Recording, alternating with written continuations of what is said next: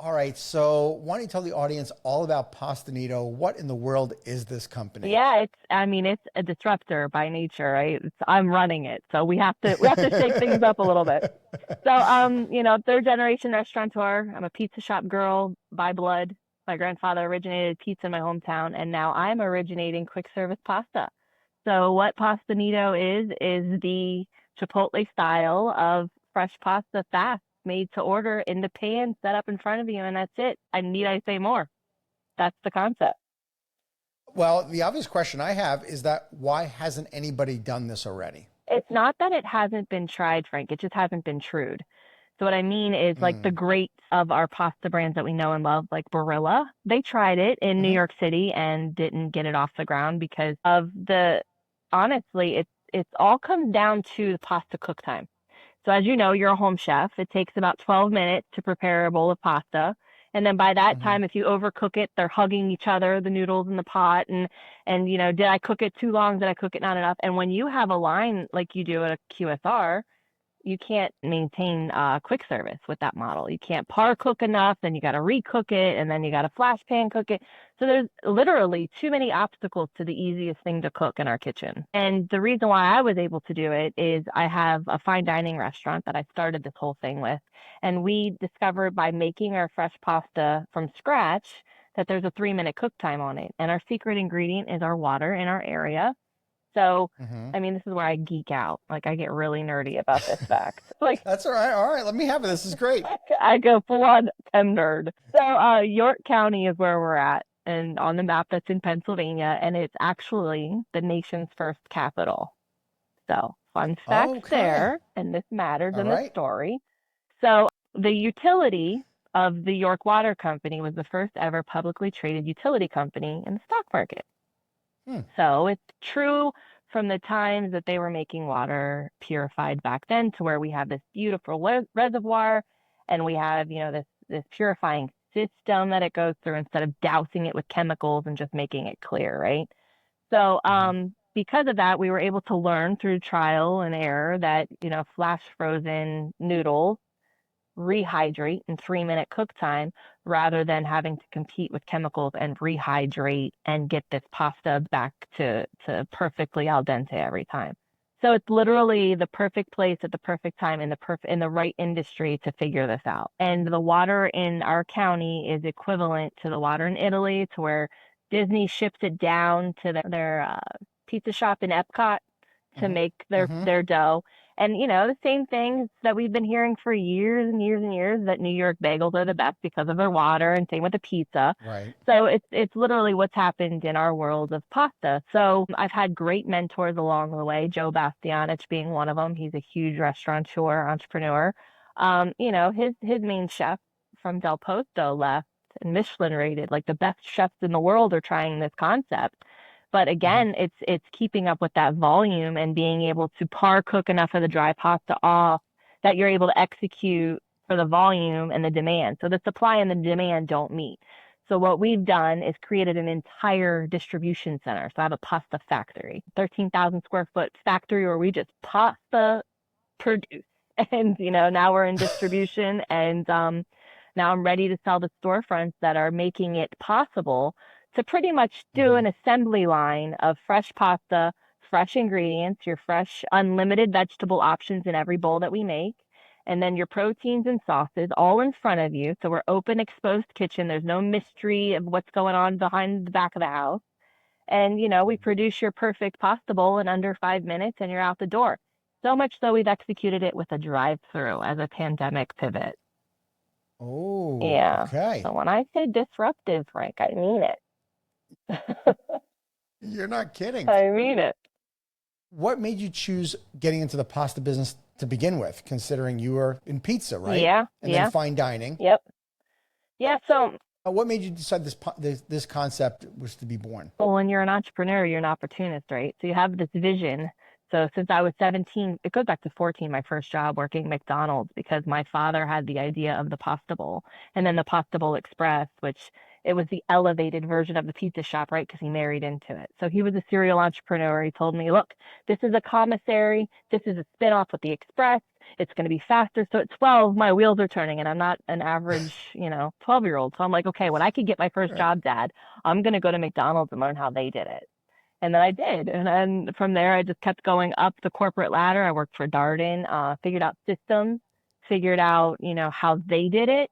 And then my first business plan in high school was a drive-through pizza shop called Slices. And yeah, my teacher failed me. I roll my eyes to that because he failed me. It was a perfect plan. You could have taken it and opened it up.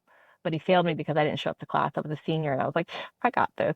And he failed me and he taught me a huge lesson that you have to show up. You have to show up to make your vision come to life. So from there, you try to get this idea off the ground and you take lefts and rights and you travel to your goal with a compass rather than a map.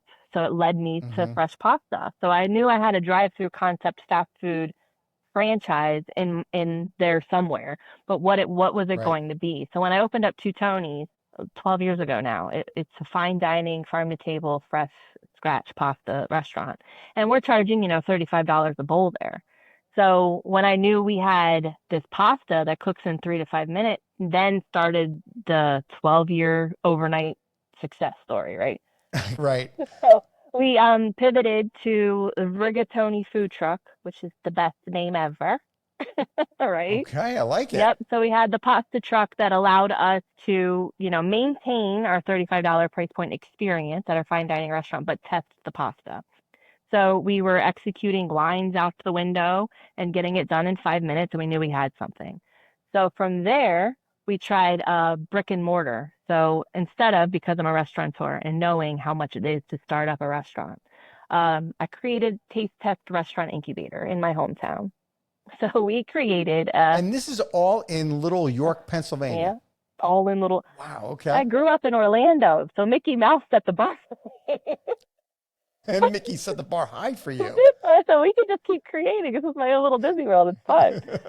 So I took it as an opportunity to help other fellow restaurateurs create their brands and then also be able to run mine through as a pop-up. So there wasn't so much Hmm. expectation on us figuring it out. So we ran through a few times while the other 28 concepts are running through too. We ran through our brand and figured out what not to do. And the fact that it was here today, gone tomorrow, so we could get our bearings together and try again. And then from there, COVID hit us. 2019, I opened up my first like market stand of what was called Presto at the time is now turned to PastaNito because I got a cease and desist. I had to Nice. go through that process, which was fun. But yeah, we had a market stand and it was killing it. Like people come from all over to visit the Amish in Lancaster. So we had a lot of tourism happening. And I did it Mhm. purposefully in the next town so I could screw up and not hurt my reputation. Very smart.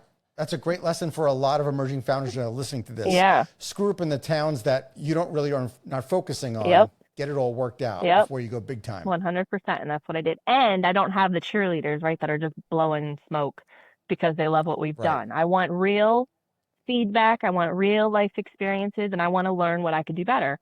And we did Hmm. that. And then COVID right in the middle of our momentum. So what we did, I had a full four, this is an edited version, four full service restaurants operating at one time. So when COVID hit, it's Just when COVID. yep. So it was a nightmare to keep going. And I had my C-suite who was priority, 250 plus employees in all these restaurants. Everything was so unknown. But the night that we heard that we were going to be shutting down the next day, I pulled in Mhm. my team. We went to my mom's house, Godfather style, around the table. I said, here's what we're going to do. We're going to pivot and we're going to sell pounds of pasta off of our food trucks in neighborhoods like the ice cream truck. And we're going to keep everybody paid. And as soon as the doors open again, we'll just put you back in your spots and we don't have to worry about the stumble because it's like a freight train stopping. You stop from the hitting the bunny in the tracks, but the whole Right. train's messed up, right? I knew that was coming. So I said, it's Right. not going to happen to us. So let's, pivot and try to work our way through this.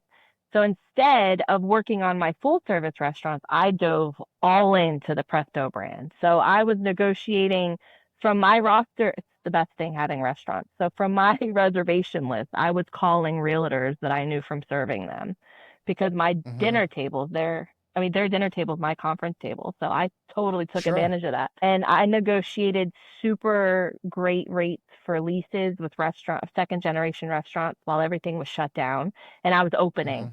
So I opened up 7 locations and my commissary full bore with all of my C-suite, chopping whatever we could do just to keep moving. And then I was going to take this time and not freeze and wait, but to learn what does this fast food pasta look like? So let's do it in all of these different blueprints. Let's figure out our perfect model. Let's do it in drive-through only when nobody else was open. We had lines wrapped around. Okay, now we have to figure out 5-minute cook times and service times. So we figured that out under the gun. And then, from there, we just realized that we did malls to figure out what that looked like. We did markets. We did second generation Five Guys, realizing that's way too big of a space for us. We executed third party delivery, drive through. We did a second generation Brewsters. So we were drive through and pick up only. And we were doing killer business to where we could keep growing and figuring it out.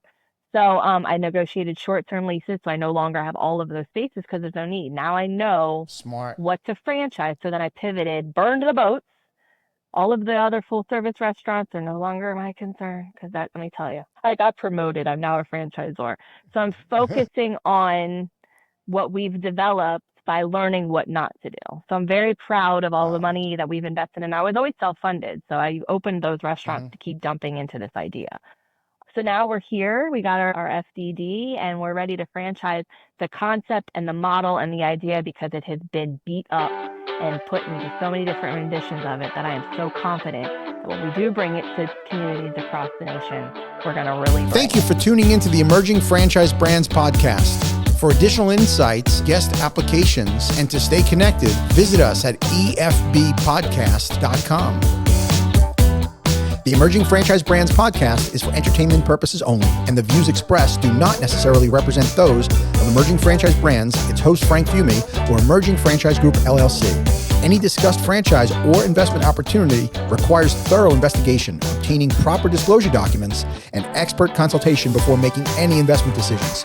The podcast and its host do not offer professional advice or endorsements, and they hold no responsibility for actions, representations, accuracy, or consequential damages related to the podcast content.